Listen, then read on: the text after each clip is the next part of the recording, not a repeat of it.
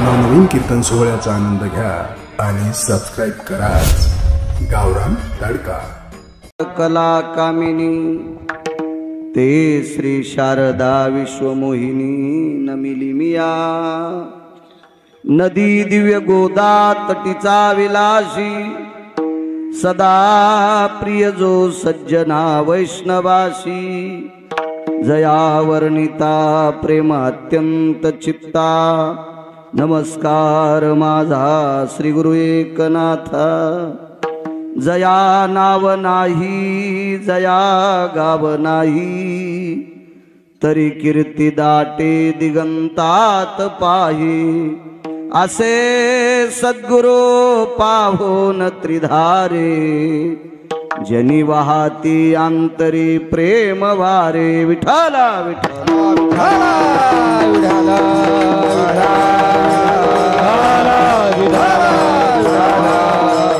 ब्रह्मांडाचा धनी तो संती केला ऋणी मनोनी नाचे माघे माघे वाहे अंगे आपुलिया।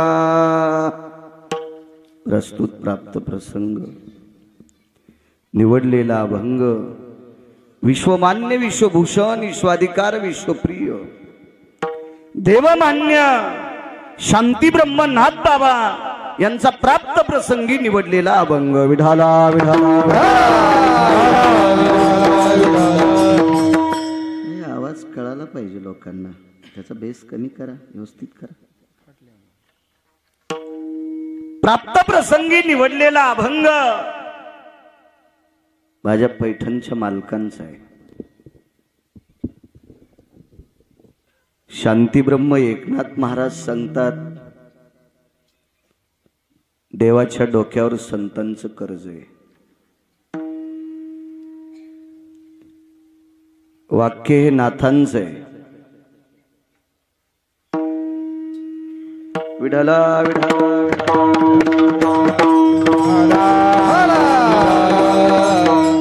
पक्वाद वाजित आणि खेळू नये व्हॉट्सअप हा असा कसा स्वर आम्हाला ऐकू येईन।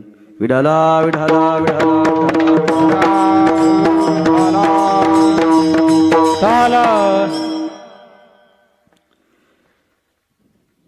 मालकांचं वाक्य वाक्य हे अधिकारी माणसांचं मानल्या जाते। भंगिरे किती बोंबलू द्या त्याचं कोण विचारते हो। भंगिऱ्याला नादच असतो भुकायचा, त्याने किती भुकू द्या, चांगलं भुकू द्या वाईट भुकू द्या, कोण मानित त्याचं।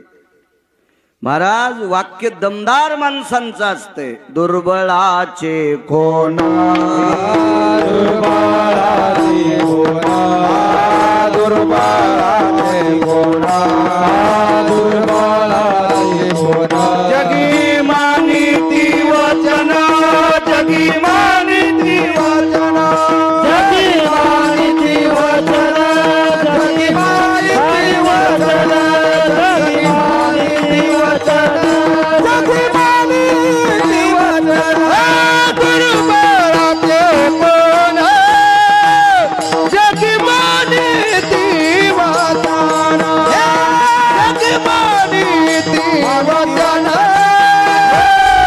जगी मानिती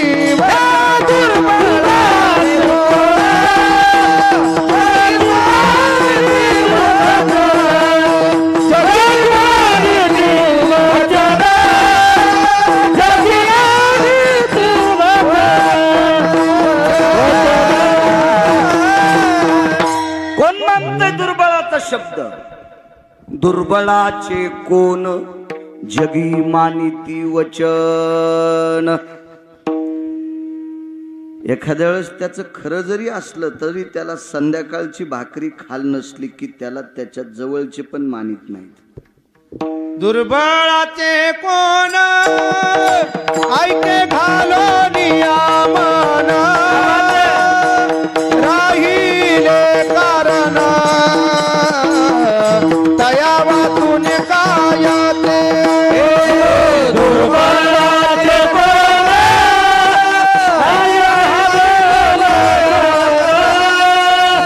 तया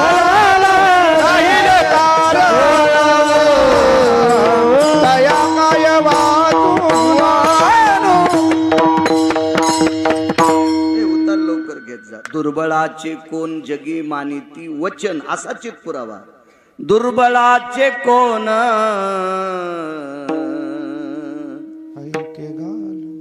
ऐके घालो नियामन. सर्वसामान्याचं कोण चित्त लावून ऐकत आहे, कोण मन घालतं तिथं वारकरी? नाही नाही नाही, दमदार माणूस लागतो, दमदार. शांती ब्रह्म एकनाथ महाराजांचं वाक्य किती दमदार. तुम्हाला आणि मला इथं किती दिवस ठवाच आहे, मात सगट. आणि कोण्या दिवशी मळ्यात नेऊन फुकायचं, ज्याच्या हातात आहे त्याला जगाचा बाप म्हणतात.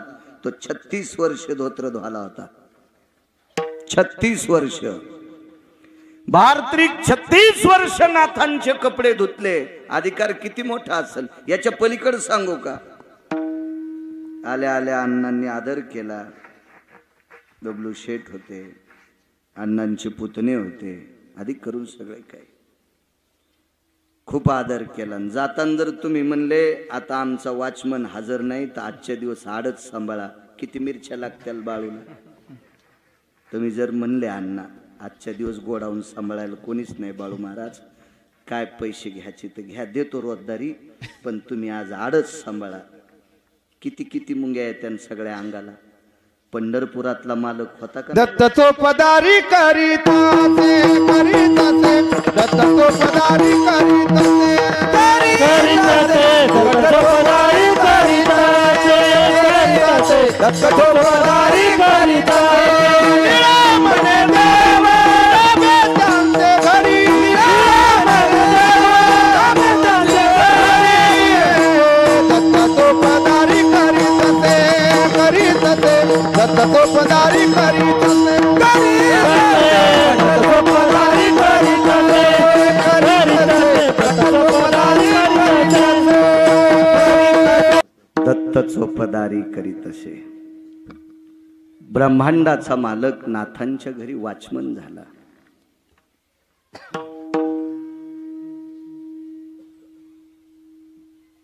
एकनाथ महाराजांच्या पायाला चिटकलेल्या मातीची बरोबरी गिरगावचा बाळू करू शकत नाही. त्याच्या पायाला चिटकलेल्या मातीच्या कणाची बरोबरी नाही. तरी पण तुम्ही जर मला म्हणले वॉचमन होय तर राग येईल. जगाचा बाप आहे. वृक्षाचे पान हले ज्याची सत्ता, राहिली अहंता मग कोठे.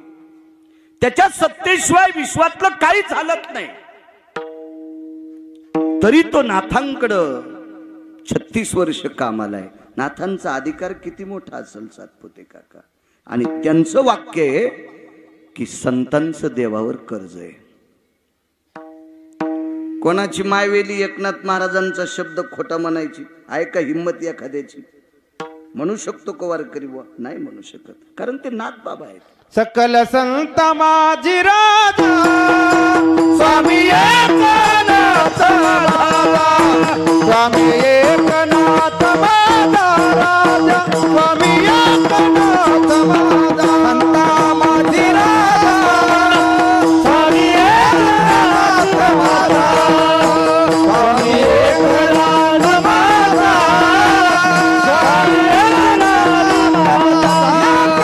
स्वामी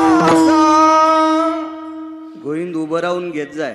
रोज आम्हालाच घेतो, कधी कधी लोकायला मदत घेत जाय ना. विठाला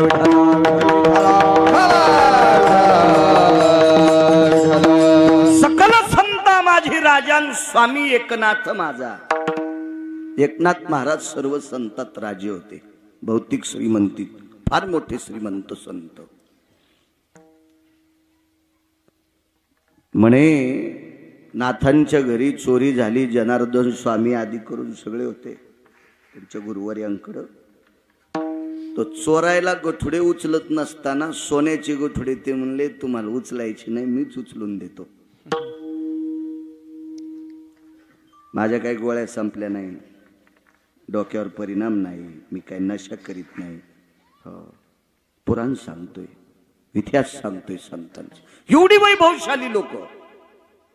नाथांच्या घरी झाडून काढणारा आतमध्ये घुसला होता. घुसला म्हणजे बलीला, दार झाडणारा त्याला आतमध्ये बलिलं. तर त्यालाही 2.25 किलोच्या ताटात जेवायला होतं. सोन्याचं ताट, 2 ते 2.5 किलोचं ताट त्यालाही जेवायला. काय वैभव असेल. एवढ्या मोठ्या माणसांची वाक्य खोटे असतात, काही काही गाफील बोलत असतात का लोक. संतांचं देवावर कर्ज आहे.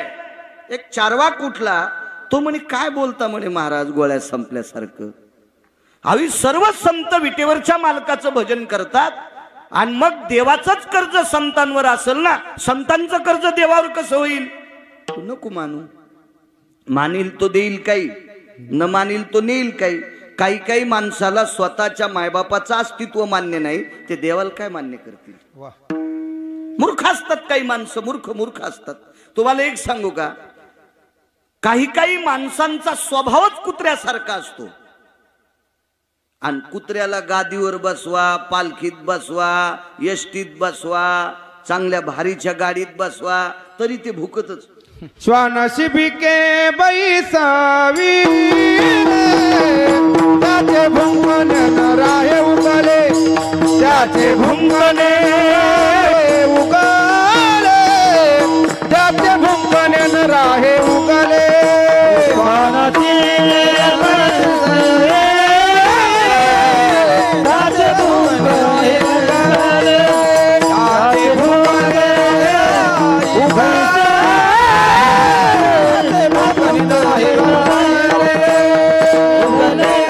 स्वानशिबिके बैसविले. पालखीत जरी कुत्र बसलं तर ते भुकतच असतं, स्वभाव असतो कुत्र्याचा. तशी काही माणसं चारवाकासारखी असतात, निंदाखोर असतात, ती करत असतात निंदा, त्यांचा तो स्वभाव आहे. कसं शक्य आहे म्हणे, मालकांचा पुरावा आहे. देव ईश्वात मोठा आहे त्याबद्दल दुमत नाही, पण याचं मोठेपण जर कोणी मोठं केलं असेल तर ते संतांनी केलंय. अमुची अभावे तुझा देवपण, अमुची अभावे तुझा देवपण. एका विसरोनी राहिलासी, राहिलासी, एका विसरोनी राहिलासी. अमुची अभावे तुझा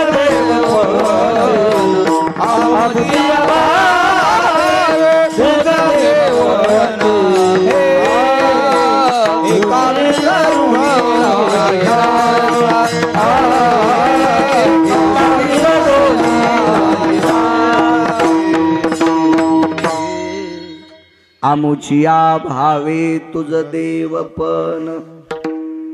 देवाला देवपण जर कोणी आणला असेल, त्याला होतं देवपण, माहित होतं का आपल्याला.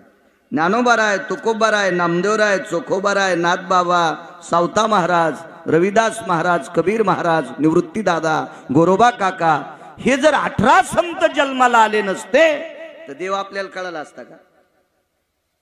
मग देवाला तू देव आहेस असं देवाचं मोठेपण दाखवायचं काम संतांनी केलंय. विश्वाची कुलदेवी कोण ठावी कुळीची है कुलदेवी, कुळीची है कुलदेवी, कुळीची है कुलदेवी, कुळीची है कुलदेवी. गेली ठावी संताने, गेली ठावी संताने, गेली ठावी संताने, गेली ठावी संताने.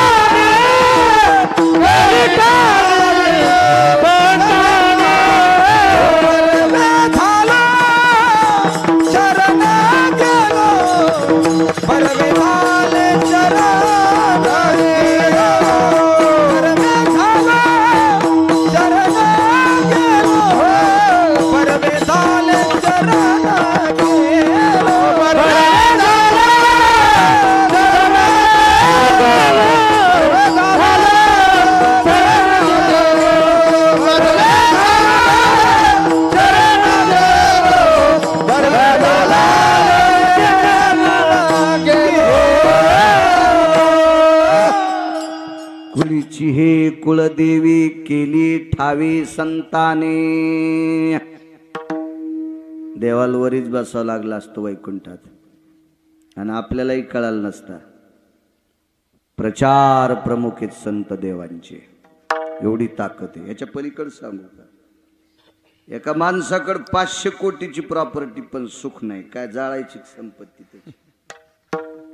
सौख्याम नैवाम पदरियाशु द्रव्य राशी भया स्थितो याम नृगानाम सर्वत्वेयो किमं यत अर्थेषु जायते.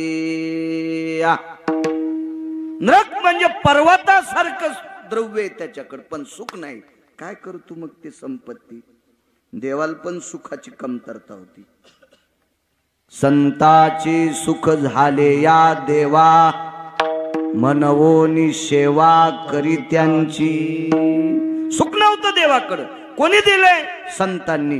या सुखा कारणे देव वेडावला वैकुंठ सोडोनी संत सदनी राहिला.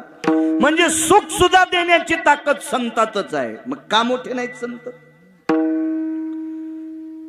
या सर्व कर्तव्याचं कर्ज देवाच्या डोक्यावर आहे. मनोनी नाचे मागे मागे.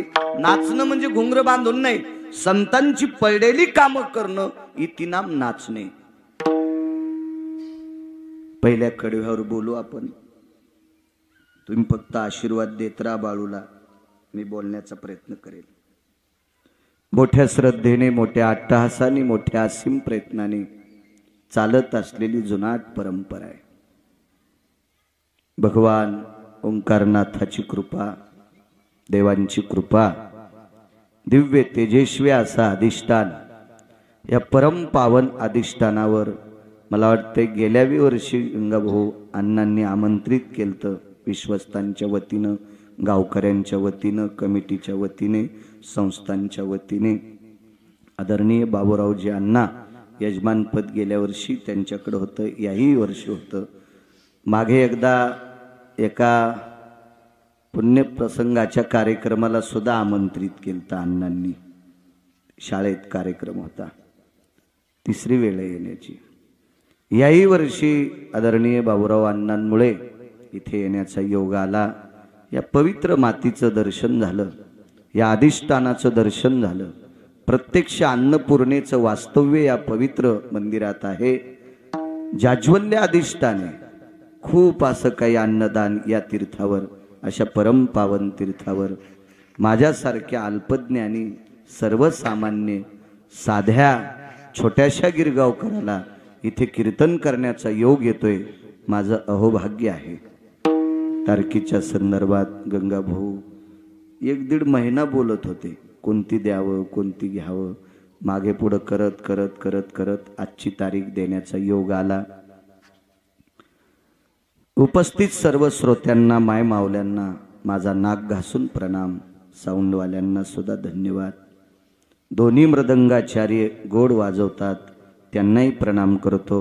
माझ्या ज्ञानोबाराय तुकोबारायच्या नामाचा जयघोष करणारी वारकरी मंडळी, आदरणीय भास्कर महाराज असतील, उत्तरेश्वर बापू असतील, ज्यांनी सुरुवातीला कामाजी महाराज असतील, या बाजूची सगळी मंडळी, रंगामामा गावातली भजनी असतील, आदी करून गावातली जेवढी भजनी आहेत सगळ्यांना धन्यवाद. आज आदरणीय पाचपुते काका, सातपुते काका आलेले आहेत, त्यांनाही धन्यवाद.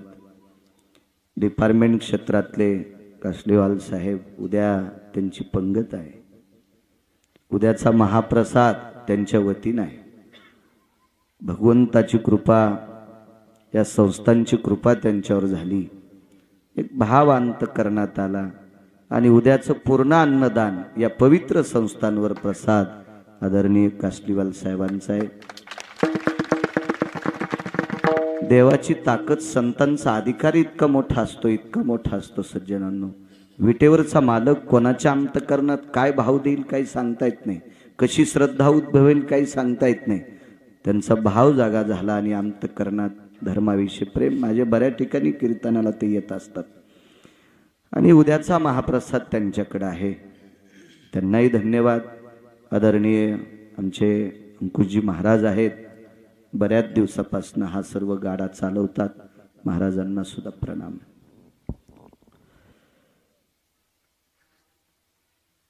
देवावर संतांचं कर्ज आहे. आणि हे कर्ज फेडण्यासाठी वाटेल ते त्यांचे काम करतोय. वेळ फार झाला. एक दोन मुद्दे तुमच्या पुढे मांडतो. अण्णा कीर्तन कमी करत नाही, काळजी करू नका.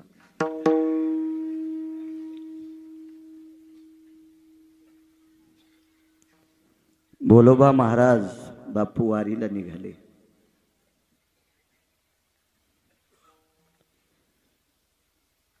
दोन चार महिन्यापासून आपल्या धर्मपत्नीला म्हणाले, कनका मी तुला पुढच्या वारीला घेऊन जाणार, मोठ्या वारीला, आषाढी वारीला मी तुला घेऊन जाणार. धर्मपत्नीला म्हणाले. आमचे सोहळ्यातले वारकरी आहेत सोबतचे, नित्य आम्ही सोबतच असतो. मला पायी चालायचा काही त्रास होत नाही. सातपुते काका, या अपघातामुळे बॉयलजनला त्रास आहे म्हणून बसावं लागतं. हे पाप असेल एखाद्या जन्मातलं. विठाला विठाला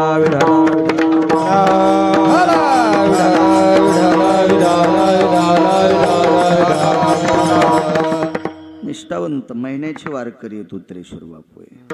दर महिन्याची वारकरी.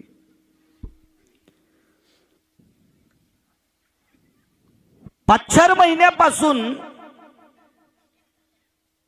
असा टकळा लागला होता की मालक या वारीला मला नेणार आहेत. तो संती केला ऋणी याच्यावर सांगतोय. कर्म नो गती. भोलोबा महाराजांचे मित्र होते चाकणचे पाटील. आणि दोघांची चर्चा झाली, आपण आषाढीच्या वारीला, अमक्या अमक्या वारीला आपण दोघही आपल्या धर्मपत्न्या घेऊन जाऊ. बाईने मालकासोबत वारीला जाणं अनन्य साधारण महत्व आहे. एकटीनं वारीला जाऊ नये असा काही विषय नाही, पण शक्यतो नवऱ्याला घेऊन गेली तर अनन्य साधारण महत्व आहे. आणि त्याला जर घरी वान्य राहण्याला ठुलं आणि ही जर गेली तर मग नाही पुण्य. हिला खड्डा करून असं चंद्रभागेत जरी पुरलं तरी कवडीचं पुण्य नसतंय. जात जा शक्यतो. आता तो पाकिस्तानाचा असेल तर मग नाही येऊ द्या, पण येतच असेल तर श्रद्धेनं बाईनं नेलं पाहिजे मालकाल सोबत. लक्ष्मी सहित शोभे नारायण. एक अनन्य साधारण महत्व आहे आपल्या भारतीय संस्कृतीमध्ये, या सनातन संस्कृतीमध्ये, या वारकरी संप्रदायामध्ये अनन्य साधारण महत्व आहे.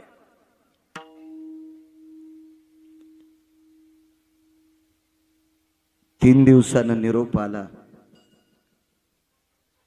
चाकणचे पाटील आजारी आहेत. चिठ्ठी आली, भोलोबा महाराज मी येऊ शकत नाही. तो संती केला ऋणी सांगतोय. काय कर्ज आहे देवावर संतांचं. शक्य नाही मला येणं, नाही भोलोबा महाराज येऊ शकत नाही. ठीक आहे. त्यांना असं वाटलं उद्या तरी बरं वाटेल. ते निष्ठावंत माणसं आहेत, ते काय असं थोडंफार दुखण्याला घरी थांबणारी माणसं नाहीत, ते निष्ठावंत लोक आहेत. भोलोबा महाराजाला वाटलं ज्या दिवशी निघायचं त्या दिवशी चाकणच्या पाटलाचा बदल होईल आणि निरोप येईल, मला घेण्यासाठी येतील ते. पण नाही. उद्या वारीला निघायचं. संध्याकाळी कनकाबाईला सांगितलं. कनका, नाव होतं कनकाबाई. कनक म्हणजे सोनं, कनक म्हणजे सोनं. काय नाव आहे गोड. पुराणातली नावं आपल्या मुलींची ठेवत जा, मुलांची नावं पुराणातली ठेवत जा. विद्वान माणसाला विचारून नावं ठेवत जा. जिला कवडीची अक्कल नाही त्या आंटीला विचारायचं, आणि त्या आमची आंटी नाव ठेवली. तिसऱ्याच दिवशी सासूल फुकून दिलं, आणि तिला काय लायकी नाव ठेवायची? इतकी अक्कल असती का तिला नाव ठेवण्याची? 4-2 वर्ग शिल्लक शिकली म्हणजे फार शहाणी असती का ती? विद्वानांना विचारून नाव ठेवत जा. काय नाव आहे? कनकाई. कनका जी, चाकणचे पाटील आजारी आहेत ग जी, म्हणून द्रौपदाबाई येऊ शकत नाहीत. आणि त्या येणार होत्या म्हणून दोघी एकमेकीला बोलायला चालायला सोबत होतात, म्हणून मी तुला नेणार होतो. आता हे शक्य नाही ग. जी मालक, जी जी. एक ऱ्हस्व दीर्घ इतकी चूक नाही. इथं बसलेल्या कोण्याही माणसानं पत्नीला म्हणावं, मी तुला अमक्या अमक्या ठिकाणी नेणारे महिन्यापासून बोलावं आणि निघायच्या दिवशी सकाळी म्हणावं मी तुला नेत नाही. नाही जरी काही बोलली तर चेहरा मांजरानं टोकारल्यावानी होईल, वरखंडल्यावानी होईल. इतकं तरी होऊ शकतं, इतकं तरी होऊ शकतं. ऱ्हस्व दीर्घ इतकं दुःख नाही, कारण मालकाला वारीला वाट लावायचंय. आपला चेहरा अप्रसन्न दाखवता काम नाही. जी मालक, जी जी जी जी. पिशवीतली चोळी काढली, पातळ काढलं, बऱ्यापैकी स्वतःच्या वस्तू होत्या, कुंखाचा करंडा होता, सगळं काढून घेतलं. मालक 2-3 पिशव्या होत्या, त्या पिशव्यात काही इकडचं तिकडचं सामान होतं, मी सगळं काढून घेतलं. बरं बरं, काय हरकत नाही.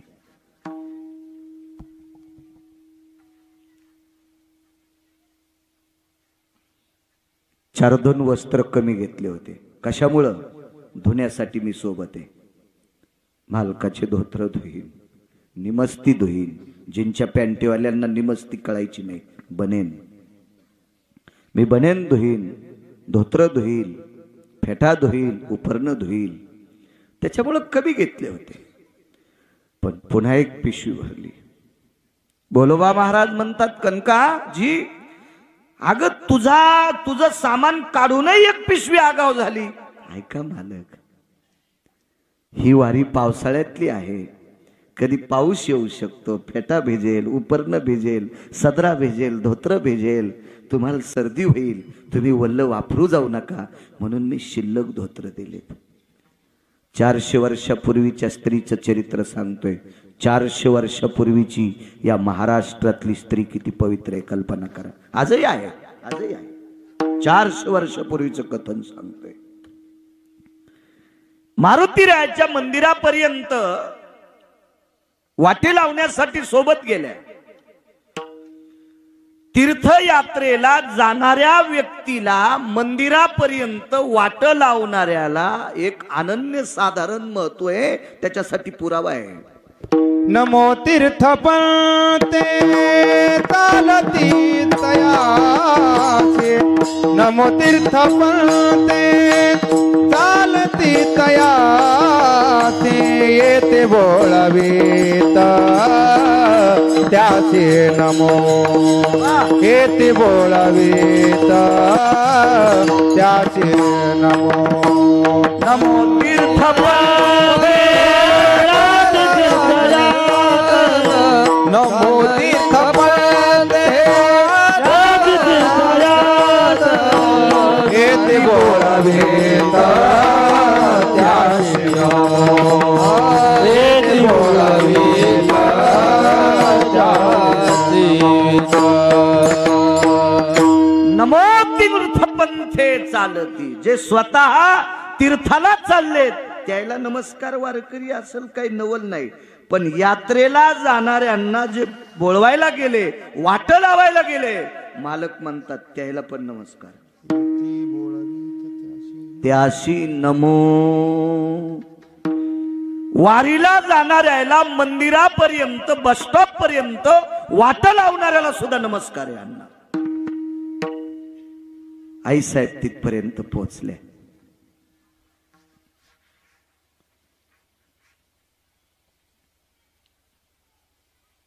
सोबत कोणीतरी एक जण होत.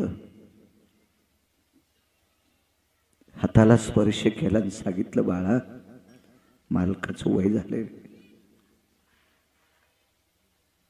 सांभाळ बरं, सांभाळ त्यांना. एकदा अभंग म्हणत असताना ते पाणी पित नाहीत, काही नाहीत. भोपळा सोबत दिला, पाण्याचा भोपळा. पाण्याची आठवण करून द्यायचंय रे. इतकं प्रेम आपल्या पतीवर, इतकं प्रेम. निघाली वारी. बोलोबा महाराज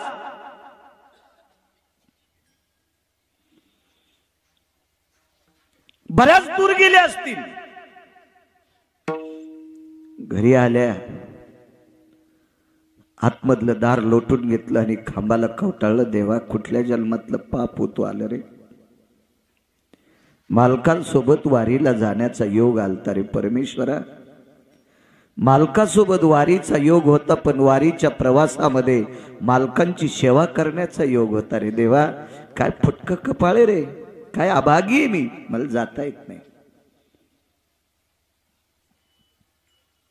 स्वतःचे डोळे पदराने पुसले, घराच्या कामाकरता लागल्या. त्याच्यावर 1 तासानं दारातून आवाज आला, कनकाबाई,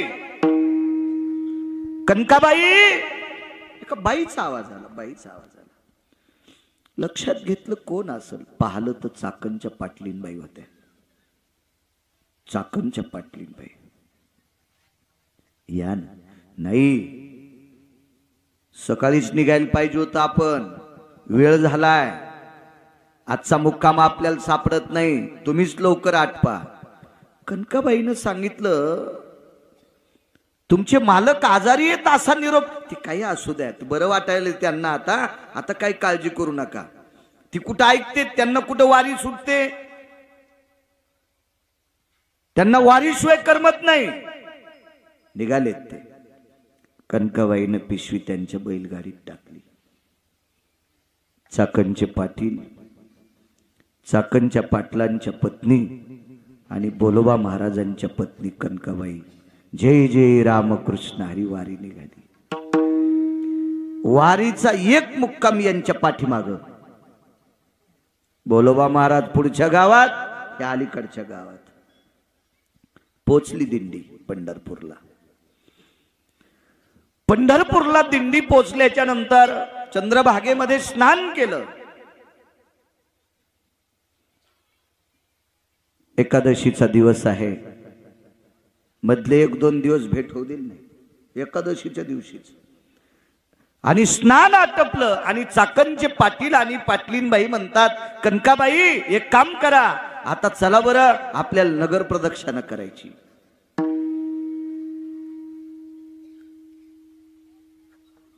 चाकणचे पाटील आपल्या पत्नीला सांगायचे, प्रिये, फार मोठ्या निष्ठावंत वारकऱ्याची धर्मपत्नी बरं, तुला जितकी सेवा करता येईल तितकी सेवा करण्याचा प्रयत्न कर. कनकाबाईला स्वतःचं लुगडं एकही दिवशी चाकणच्या पाटलीने धुऊ दिलं नाही. रोज धुवायचं, रोज रोज रोज रोज. चाकणच्या पाटलीने रस्त्याने काड्या जमा करायच्या, 3 दगडाची चूल मांडायची, स्वयंपाक करायचा, पाटलांना जेवायला वाढायचं आणि मग या दोघी जणीनं जेवायचं. ताट लावायचं कनकाबाईला.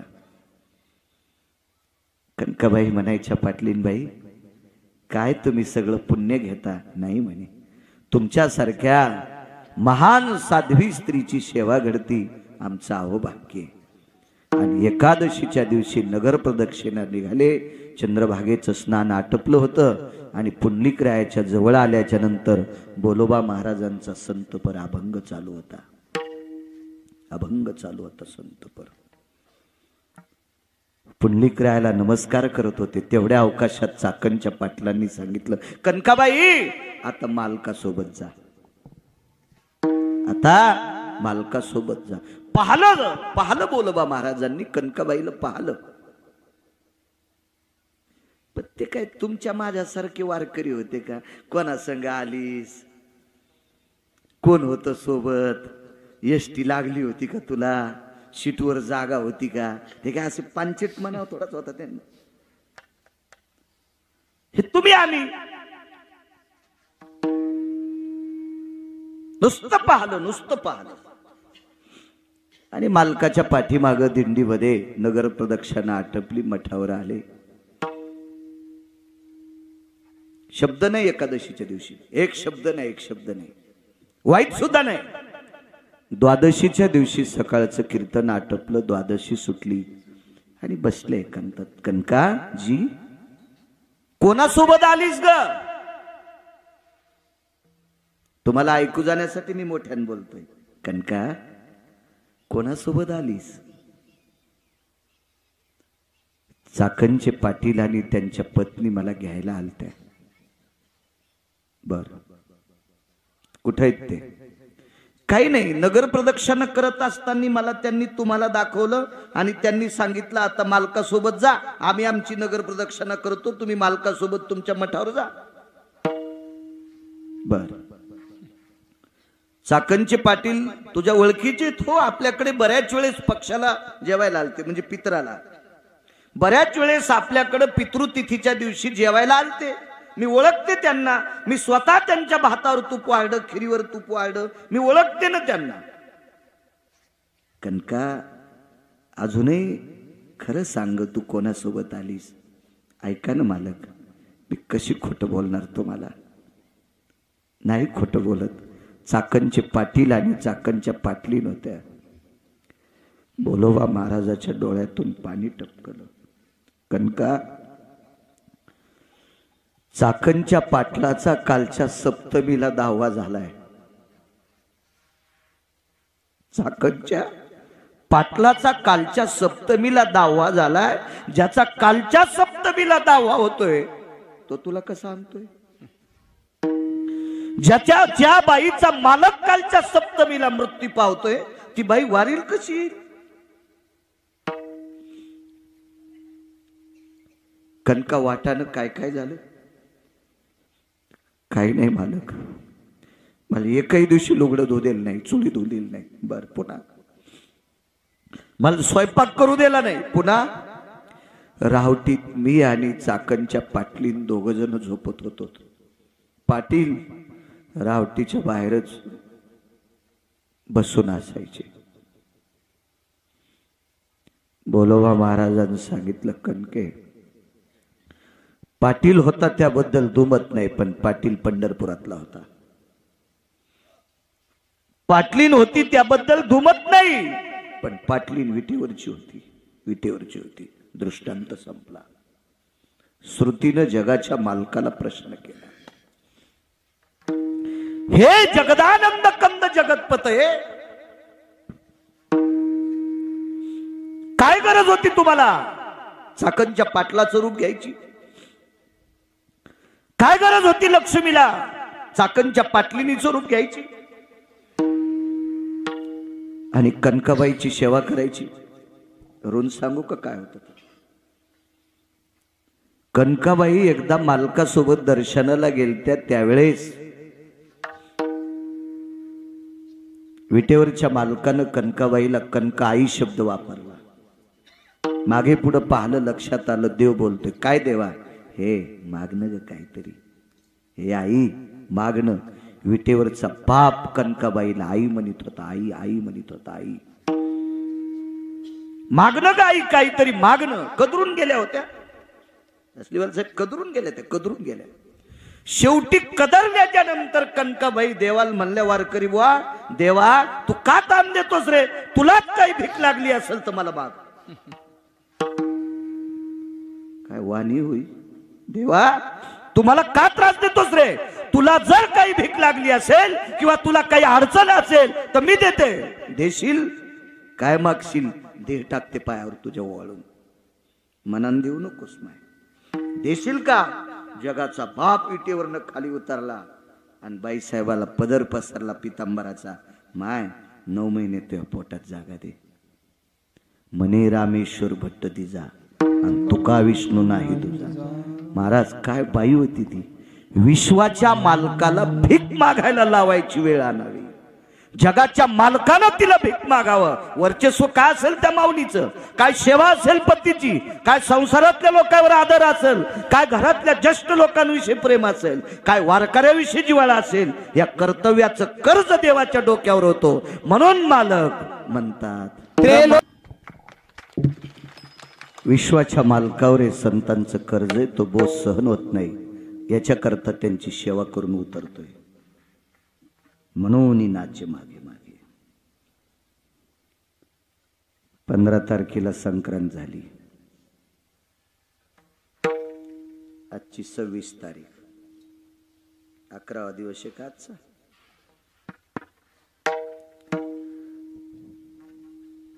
अशी एक संक्रांत.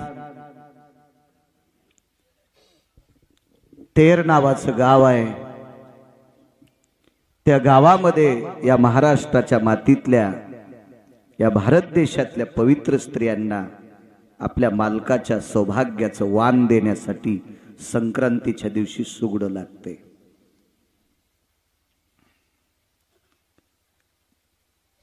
एक अर्धा टक्का बायानं 5-6 वर्षापूर्वी कहर केलता शहाणपणा. काही बायानं चांदीचे बुटके केलते वाण द्यायला. मला एक भेटली म्हणली, महाराज मी चांदीचेच सुगडे तयार केले. त्या बापाची जहागिरी आहे का म्हणजे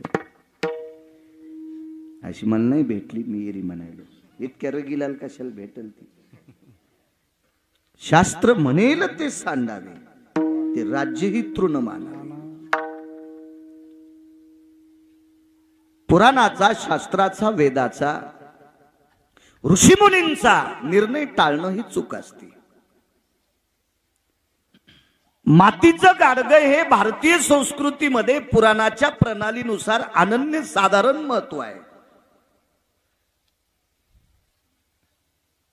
बाबुरावांना 1000 एकर जरी जमीन असेल,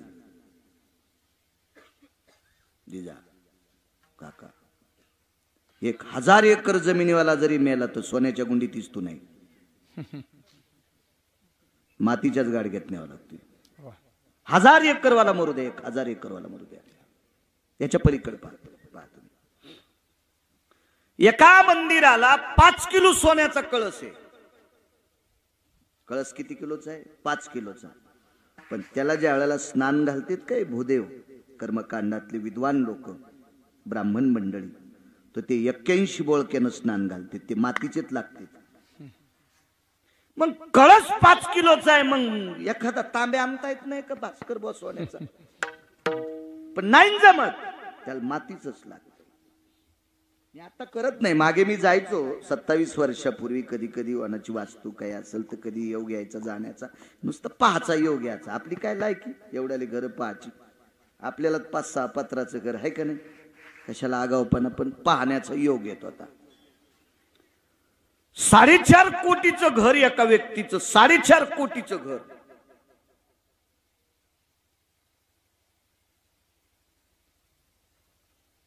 पाहण्याचा योग आला. मी आपल्या लायकीनं राहत असतो. कुत्र्यानं बैलगाडी संघ मालकासोबत बाजाराला जाऊ नये. कुत्र्यानं मालकासोबत बैलगाडी सोबत बाजाराला जाऊ नये. आणि जरी कुत्र्याला जाचा नाद आला तर त्यानं आखा खाली चालावा. कारण सांगू, भवतालचे कुत्रे डसत नाहीत, चाकामुळं मधात येत नाहीत आणि पुढून बैल येऊ देत नाहीत. आपण आपल्या लायकीनं राहिलं की मग चांगलं राहतं. आपल्या परीने राहायचं. एखाद्या खुंटीला इतकं वजन 5 किलो सहन होतंय, तिला जर 9 किलो अडकिलं तर खुटी मोडत, तीन वजन मातीत जाते. आपापल्या परिस्थितीनं राहायचं. 4.5 कोटीचं घर होतं. वास्तू विद्वान ब्राह्मण होते.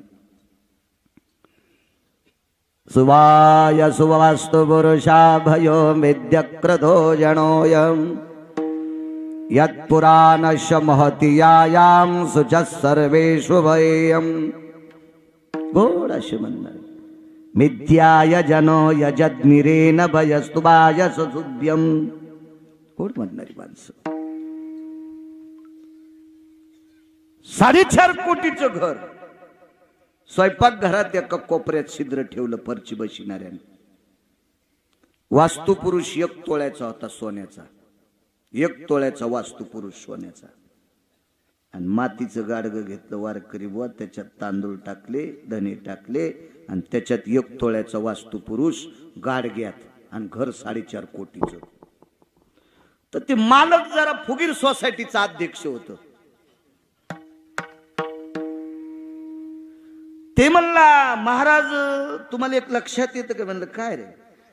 म्हणे 4.5 कोटीचं घर आहे, वास्तुपुरुष 1 तोळ्याचा आहे, 62,000चा. आता काय तोळा असेल काय आपल्याला काय माहित नाही. आपल्या लोखंड घ्यायची लायकी नाही, सोन्याचा भाव कशाला ताण घ्यायचा आहे का नाही?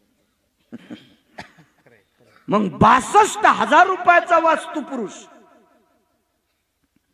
4.5 कोटीचं घर आणि मातुड्याच्या बोळक्यात का? भूदेवांना सांगितलं, मालक काय यजमान, तुम्ही 1000 कोटीचं घर बांधा पण वास्तुपुरुष मतकुंभातच असतो. एक अनन्य साधारण महत्व. सौभाग्यवती स्त्रीच्या इथे 5 क्विंटल सोना असावा, पण सोन्याचे सुगडे करी जाऊ नको बाई. हो, मालक 10-5 वर्षांना आधी जाईन. येड्यावानी काऊन करायलीस तू? मंत्र चळे थोडा. नियम चुकल्यावर काय होतं माहितीये का? कालिदास नाव ऐकून येत ना तुम्ही? कालिदास महाराज तुम्ही ऐकलं असेल. कालिदासांची संस्कृती प्रचंड संस्कृत होती, गोड गोड गोड. कालिदासाच्या नगरीतल्या पाणी शेणणाऱ्या पुरी सुद्धा संस्कृत मध्ये बोलत होत्या. आता आमच्या कधी कधी संस्कृत पुढचं नाही आलं की आम्ही नारे नारे करत असतो. याला सब्रतो भयजज्ञिरे ना बाबा बाबा बाबा. काय कळतं डोंबा पुढच्या. पण कालिदासाच्या नगरीमध्ये एक जयपत्र मागण्यासाठी व्यक्ती गेला, तर आडावर पाणी शेंदीत होत्या. तर त्याला वाटलं आता रस्त्यानं चालत आलो, घोड्यावर गेल तर बसत, धूळ उडाली होती तापाची, हातपाय धुवा. एका पोरीला सांगितलं पाणी द्या. तिने स्वतः पाणी काढलं आणि पायावर पाणी टाकलं त्याच्या. तोही पंडित होता चांगला. विचारलं कोण आपण? कोण कोण? चतुर्मुखो नच ब्रह्मा वृषारूढो न शंकरा. चतुर्मुखो नच ब्रह्मा वृषारूढो न शंकरा. अकाले वर्षते मेघम तस्यहं कुलबालिका. ती पोरगी होती कोळ्याची. ती म्हणली नाही मी कोळी दादाची मुलगी आहे गंगाभाऊ. चतुर्मुखो नच ब्रह्मा, 4 तोंड आहेत पण ब्रह्मदेव नाही. वरी बसतोय पण शंकर नाही. आकाशात ढग नसताना पाणी पडतंय. पखाल, पखालील किती तोंड? पाणी सोडायचे 2 आणि टाकायचे 2. पखाल कशावर असती? हाल्यावर. वरी बसतूक नाही तो दादा शंकर आहे का? नाही. आणि पखालीचं तोंड सुटल्यावर आभाळ लागतंय का? चैत्रात पण पाणी. हे पंडित म्हणला बापा, पाणी भरणाऱ्या कोळी दादाची पोरगी इतकी हुशार.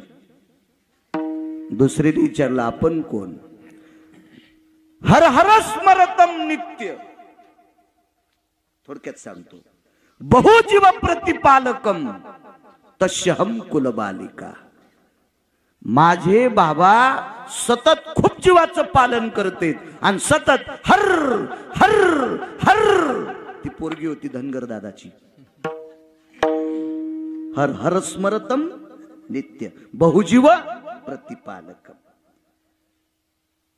तिने सांगितलं नाही मी धनगर दादाची मुलगी. नाही नाही नाही नाही. काय विद्वत्ता, काय विद्वत्ता. दुसरी ज्याला आपण कोण? पंचप्रिया न पांचाळी कृष्ण मुखच्च न वानरी. काळ तोंडे पण वानरी नाही. 5 पती आहेत पण द्रौपदी नाही. तस्यहं कुलबालिका. ती कालिदासाच्या नगरीतल्या राजाच्या कंकाची पोरगी होती. कंक म्हणजे चार्टेड अकाउंटंट, हिशोबनीस.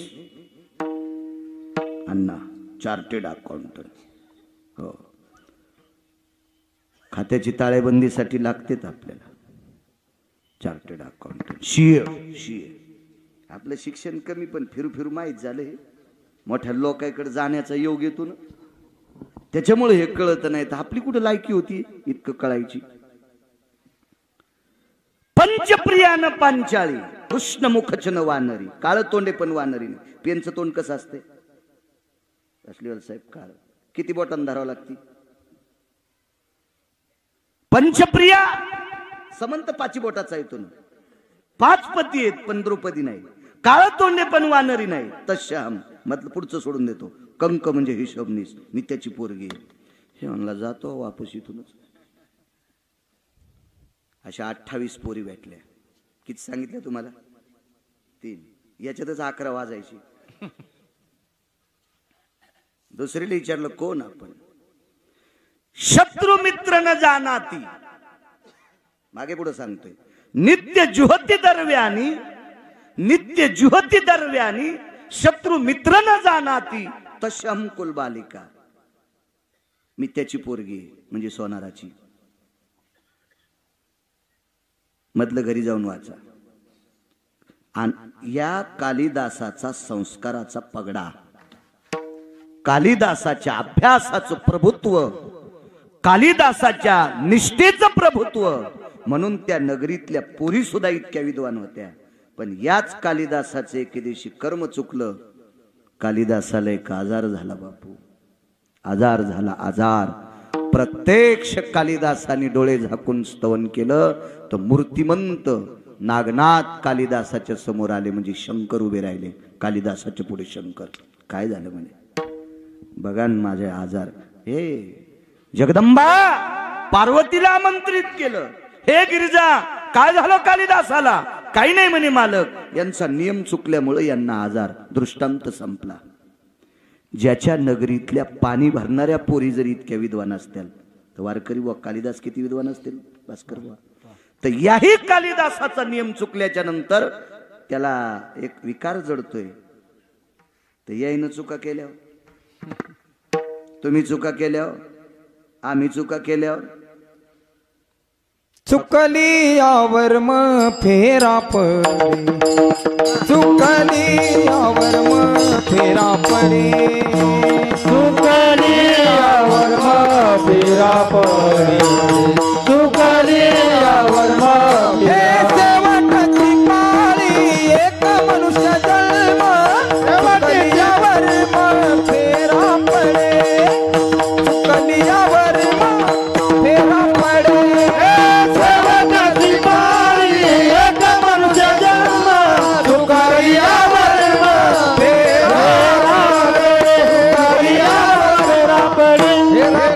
फेरा पडे. म्हणून चुका नाही करायच्या. पक्वाद्याला किती बोल पाठ आहेत त्याच्यापेक्षा तंबाखू खातो का हे तपासा. चट मातीत गेलं. खात नसताना तुम्ही नाही, चांगली गोष्ट आहे, खाऊ नका. कीर्तनकार किती विद्वान आहेत त्याच्यापेक्षा तंबाखू खातो का ते सुंबळ्या पहिल तपासा. त्याची काय लायकी लोकांना उपदेश करायची मला सांगा तुम्ही. लोक पाय पडतात म्हणजे कीर्तनकार लय शहाणा झाला का? त्याच्या वागण्याची किंमत असावं तर त्या कीर्तनकाराला कीर्तन म्हणायचं असते, कीर्तनकार म्हणायचं असते. नियम नाही चुकायचे. माझं एक मत होतं की वाण हे मातीच्या सुगड्यानं द्यावं. चला तुम्हाला एक सांगू का, आपण नियम मोडून जर परमार्थ करत असतील तर आपण बहुरूपी येत. देवाची पूजा करण्यापुरतं धोतर नेसतून एरवी बरमुडा घालून फिरवतो, इतका यम हानीन तुला सोमळ्या, इंच भर जागा ठेवायचा नाही तुही लाल करायची.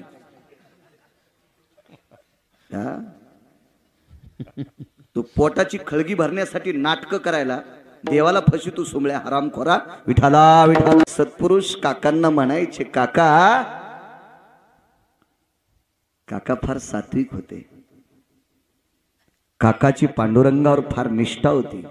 फार निष्ठा, फार निष्ठा, फार निष्ठा. काय कायचा पांचटपणा.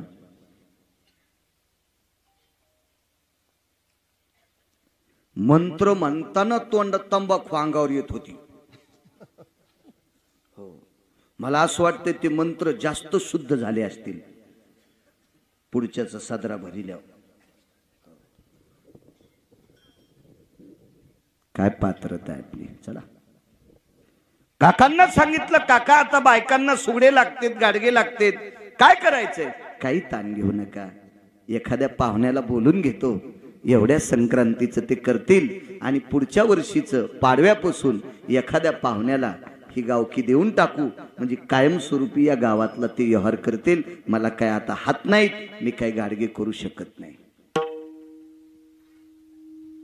हा देश सर्व जातींचा मिळून झालेला देश आहे. जशी एखादी बाई शेतात सरपण आणायला गेल्यावर तिच्या सरपणात आंब्याची फांदी असती, लाकूड असते, बाभळीचं असते, लिंबाचं असते, जे भेटल तिला जंगलात, पळसाचा असेल, कशाचा असेल, सगळ्या लाकडांची सरपणाची मुळी जशी एखाद्या बाईच्या डोक्यावर असती, तसा भारत देश सर्व जातींचा मिळून झालेला देश आहे. आणि त्यातली त्यात हा संप्रदाय कुठल्याही जातीला चोंभाळीत नाही आणि कोण्याच जातीचे वरखंडे काढीत नाही. सकळासी येथे आहे अधिकार कलियुगी उद्धार हरीच्या नामे तुका म्हणे नाही जाती सवे काम ज्याचे मुखी नाम तोची धन्य कबीर मोमीन लतिपा मुसलमान सेना नावी जान विष्णुदास वैष्णव चांभार धन्य त्याची माता किंवा यातायाती धर्म नाही विष्णुदासा निर्णय त्वाईसा वेदशास्त्री काय करायचे चांगलं वागणाऱ्याला किंमत आहे उत्तम कुळी जन्म क्रिया मंगळ उत्तम कुळात जन्माला आणि क्रिया जर त्याची वाईट असेल तर बुडविले कुळ उभयता अख्ख्या कुळाला तो मातीत घालू तू नालायक चांगल्या कुळात जन्माला आला आणि मला एक कळतंय या भारतात अशी एखादी जात पोलीस डिपार्टमेंट मध्ये आहेत कसलीवाल साहेब तुम्ही तुम्हाला अशी एखादी जात सापडली का त्या जातीतले लोक दारू पित नाहीत गौसली का आतापर्यंत नाही प्रत्येक जातीत चांगली माणसं आहेत आणि प्रत्येक जातीत हरामखोर माणसं आहेत पण कोणाला नाव ठेवायचं आपल्याला काय अधिकार आहे आपली लायकी तरी काय अण्णा काही आपण नाही कोणाला वाईट म्हणायचं काका अत्यंत निष्ठावंत होते 15 दिवस निघून गेले 7-8 दिवस राहिले गावातली एक पवित्र सात्विक सदाचारी पुण्यशील माऊली काकांकडे आली आणि काकांना प्रणाम केला 100-200 एकरची मालकी पण काकाच्या गळ्यात तुळशीची माळ कपाळाला गोपीचंद काका रस्त्याने चलत असताना 10 फुटाच्या पुढचं पाहत नव्हते काकांनी कधीही कोणा स्त्रीच्या डोळ्यात डोळे घालून बघितले नाही इतकी पवित्र दृष्टी काकांची होती इतकी काकांची नजर आणि जरी बोलायचा प्रसंग आला असेल तर जिचा अंतरपट सुटलाय ती जर सोडून दिली तर जगातल्या ज्येष्ठ स्त्रीला ते माय म्हणायचे आणि कनिष्ठ स्त्रीला बहीण म्हणायचे ही गोरोबा काकाच्या वागण्याची प्रणाली होती एवढी तात्विकतेची सत्ता काकांकडे होती 100-200 एकरवाल्याची मालकीन पत्नी ती स्त्री काकांकडे आली काकांना प्रणाम केला काका सौभाग्याचं वाण द्यायचंय सुगड्यांची अडचण आहे जी जी जी काकी जी होईल उद्या सकाळपर्यंत एखादा पाहुणा येईल बऱ्यापैकी पाहुण्यांना निरोप दिलाय कोण मानते धनवंता लागी सर्व मान्यता आहे जगी पैशाला किंमत असते अहो आपलं वाजल्याच्या नंतर रक्ताच्या नात्यातले पाहुणे सुद्धा पत्रिका देत नाहीत आपल्याला रक्ताच्या नात्यातले पाहुणे सुद्धा म्हणजे त्याचं वाजलंय याला नको पत्रिका नियम आहे सृष्टीचा नियम आहे निसर्गाचा नियम आहे काकाची परिस्थिती नाजूक कोण विचारतंय ती बाई घरी गेली त्या दिवसपासून काकाच्या त्या वेळेपासून दुपारपासून काकाच्या अंतकरणात सारखी चिंता होती काय करावं त्या दिवशी अर्ध पानगच खाल्लं काकाने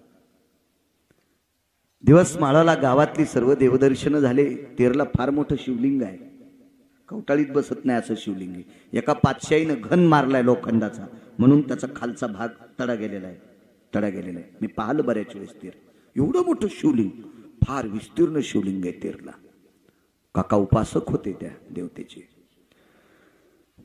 काकाचा नित्यनेम आटपला संध्याकाळचा तुळशीपाशी अंतरून टाकलं काका बाहेर झोपत नव्हते कारण संक्रांती थंडीच्या दिवसात असते आणि त्या दिवशी काकांनी तुळशीच्या वरंड्यापाशी वृंदावनापाशी अंतरून टाकलं आणि बराच वेळ भजन केलं पंढरपुराकडे तोंड केलं आणि सहज काका देवाला म्हणायचे देवा ह्या गावानं मला फार चांगलं सांभाळले रे देवा ह्या गावातले ह्या मातीची ताकद आहे रे या भूमीची ताकद आहे देवा म्हणून मी वारकरी रे देवा ह्या गावातल्या माणसांची मला मदत आहे म्हणून तुझं भजन करता येतं रे देवा या गावातल्या कोण्याही माणसानं मला अजून उपाशी राहू दिलं नाही रे देवा एवढ्या मोठ्या गावातल्या सात्विक सदाचारी पुण्यशील मावल्या यांच्या सौभाग्याचं वाण देण्यासाठी मडक्याची अडचणी देवा करणं रे देवा तेवढं काम देणं रे देवा एखाद्या पाहुण्याच्या अंतकरणात सद्बुद्धी देणं रे देवा एखादा पाहुणा पाठवून देणं रे देवा जेवढी मिळकत होईल देवा तेवढी त्या पाहुण्याला देऊन टाकीन रे देवा पण एखाद्या पाहुण्याच्या मनात जागा देणं रे देवा आणि काका चिंतन करीत धावा करीत अंथरुणावर डोकं टाकलं काकानी गावातल्या मावल्यांनी पुरुषांनी केलेल्या प्रेमाचा जिव्हाळा म्हणून काका मध्यरात्री